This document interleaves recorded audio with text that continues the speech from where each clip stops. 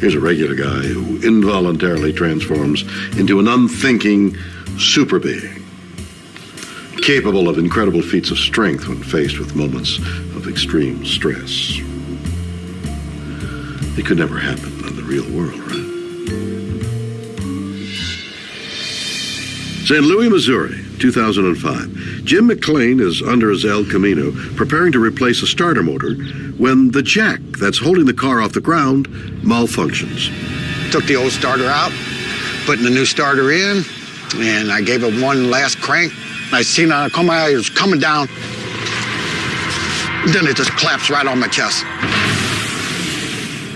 Trapped under the car, Jim has several broken ribs, but worse, with his lungs compressed, he can barely breathe. Help! And when I yelled help, it just crushed me more. I was dying. I mean, I knew I was dying. And I'm going, God, don't let me die like this. Jim's scream is heard by his nephew, Jack McClain, then just 14 years old. There I heard someone yelling help. And as soon as I saw that it was coming from my uncle who was under the car, then that's when I freaked out. Jack realizes his Uncle Jim is moments from death. But what Jack doesn't realize is that this crisis is making his body go through an incredible transformation. It was the weirdest feeling. I've never had any feeling like I had when I had heard that. I felt sick, and I ran over there, and that's when I started lifting. With just seconds to spare, Jack attempts the impossible, to lift over 1,000 pounds of weight off his dying uncle. I treated this car as if it weighed 10 pounds. That it had to go up, and he had to get air.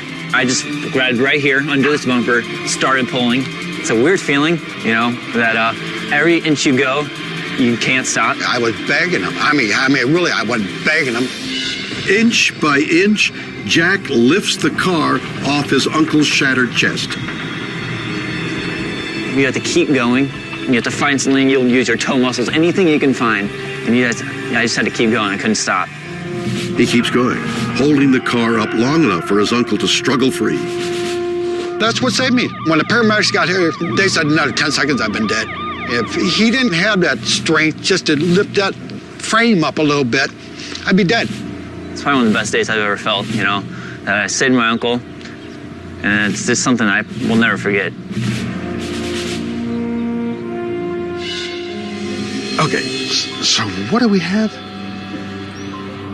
Some guy is getting crushed to death by a car, and then a terrified, scrawny little kid manages to save him and become a real-life comic book hero in the process. Let's think about this for a second.